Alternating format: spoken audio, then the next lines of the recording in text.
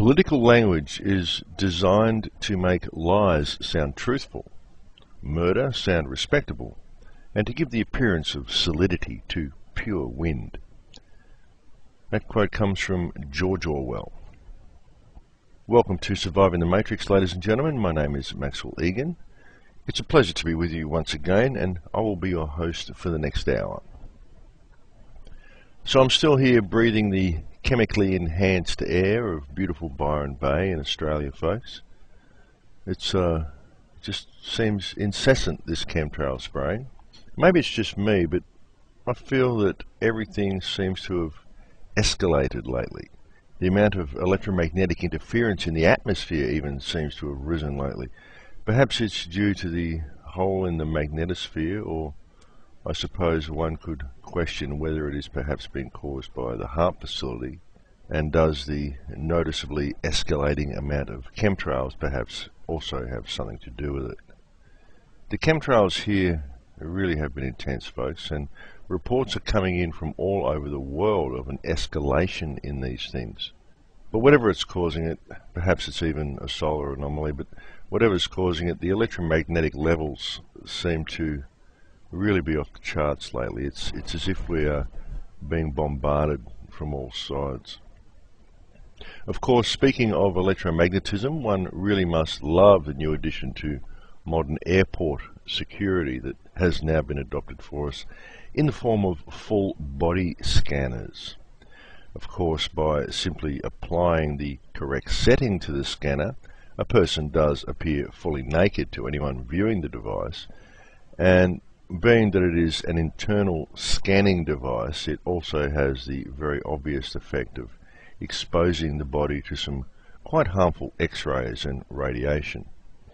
Both of these things are naturally very comforting thoughts, and knowing that all of this is being done in order to keep you safe from the evil terrorists should of course provide you with some solace as you expose yourself to the man behind the counter and fly home to nurse your tumour.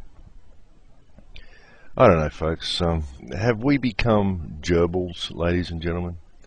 Do people actually buy into all this rubbish the government presents the public with under the guise of safety and freedom? I don't know, perhaps the bulk of society truly has become that disconnected from reality that they actually buy into it. And this may well be the case, folks. I tell you, I never watch TV at all. I don't even own one. But the other day I was looking online for a news story that I'd heard about, and I happened to find the story I was looking for on Sky News, but I was forced to watch 2 or 3 other articles before it actually got to the one I wanted to see. And well, frankly, folks, just watching these news presenters and listening to their delivery, I was shocked. I was literally shocked. I mean, these people on the screen, these newsreaders, it was as if they were addressing an audience of 7-year-olds. I'm not kidding, folks. It was so plastic, so blandly condescending, so utterly fake, and so utterly devoid of intelligence that I was literally taken aback. I thought, oh my God, is that how dumbed down society has actually become since I last watched TV? That these news reporters can talk to people like this, and they have to talk to people like this? Or was it simply that bad all the time and I just never noticed it back then? I don't know, but it was amazing, and I was truly shocked by it, folks. And from here, I suppose we may as well go from the blandly moronic to the completely ridiculous. And folks, of course, I'm talking about Obamacare. Obamacare is absolutely ridiculous. It is utterly ridiculous and completely stupid. It can serve no good at all. In fact, even the thought of making people pay for health care is ridiculous. And what is perhaps even more ridiculous is the concept of imposing fines upon people who don't pay health insurance. I mean, even just on the surface of it, folks. Well, what if you don't get sick?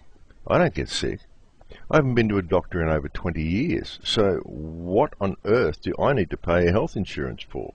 Besides, isn't the government supposed to be the elected servants of the people? I mean, maybe I'm missing something here, but doesn't the president have to swear an oath to serve the American people and to uphold the United States Constitution in order to actually take up the office? isn't the president actually supposed to uphold that oath? And isn't America actually supposed to have one of the best lifestyles in the world? Well, if such is really the case, if the lifestyle and freedom that exists in America is truly the greatest in the world, then why doesn't the office of president actually do something to help matters and provide free healthcare for all Americans? I mean, we have free healthcare here in Australia. Some of the doctors may leave a little to be desired, but hey, at least a system is in place. And frankly, the uneducated pseudo-doctors who simply run their patients' symptoms through a computer program and then prescribe whatever treatment their computer tells them that have been put in place in our modern medical facilities are more the fault of the academic institutions and corrupt governments than anything else anyway. Have you noticed that, folks? Have you noticed that if you go to a modern doctor these days, they don't actually check you out anymore, these modern doctors. They just type your symptoms into a medical program on their computer, and then they simply do and prescribe whatever the program says.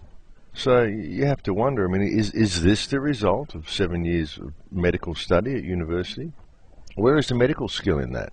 I mean, is that how they operate as well? Do they run a surgical application and simply cut where the dotted line on the 3D model tells them to cut? I imagine we could all be doctors in the modern world if we like, folks. All we really need to do is get a copy of the medical program they use and keep it updated. Sounds easy enough. But back to healthcare.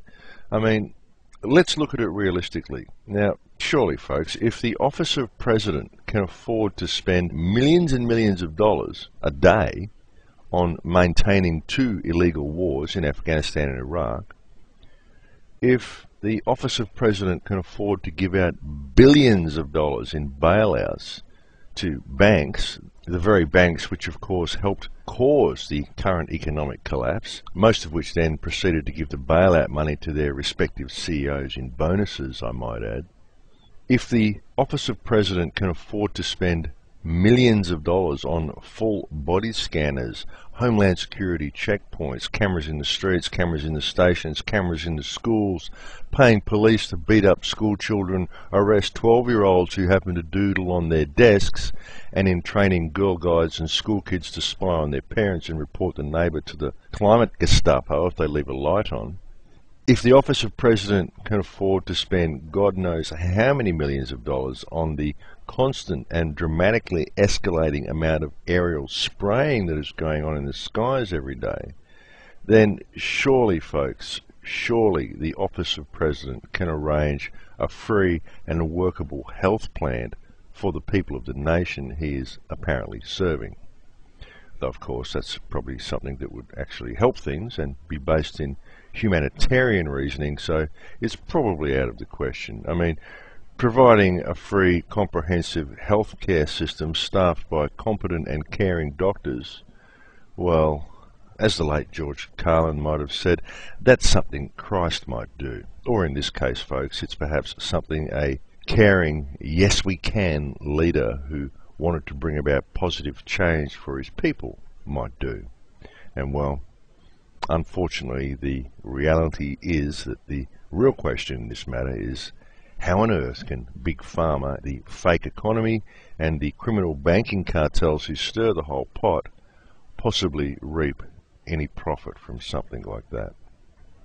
And this is the world we live in, folks. I mean, seriously, I simply cannot imagine what makes it even remotely possible for people not to see through the theatre of these sociopathic institutions and corporate puppet shows we euphemistically refer to as governments. I don't know. Would you really like to introduce some care, Mr. Obama? Well, perhaps you could try entering into the real world and maybe acting like a human being rather than a corporate puppet.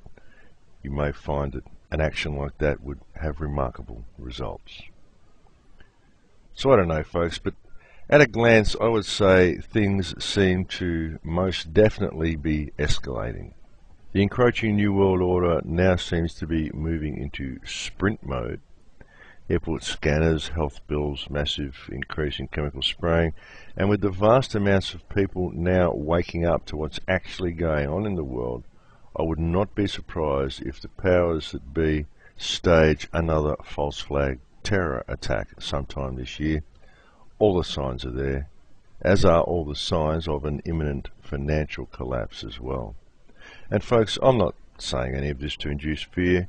I simply believe that it is prudent to be aware of such things. Hopefully the many of you out there who listen to this radio program have by now already got organic food gardens growing and have set up some kind of local network of friends who can all support each other if and when it all goes pear-shaped. The most important part of all through all of these changes though, folks, is to not go into a state of fear.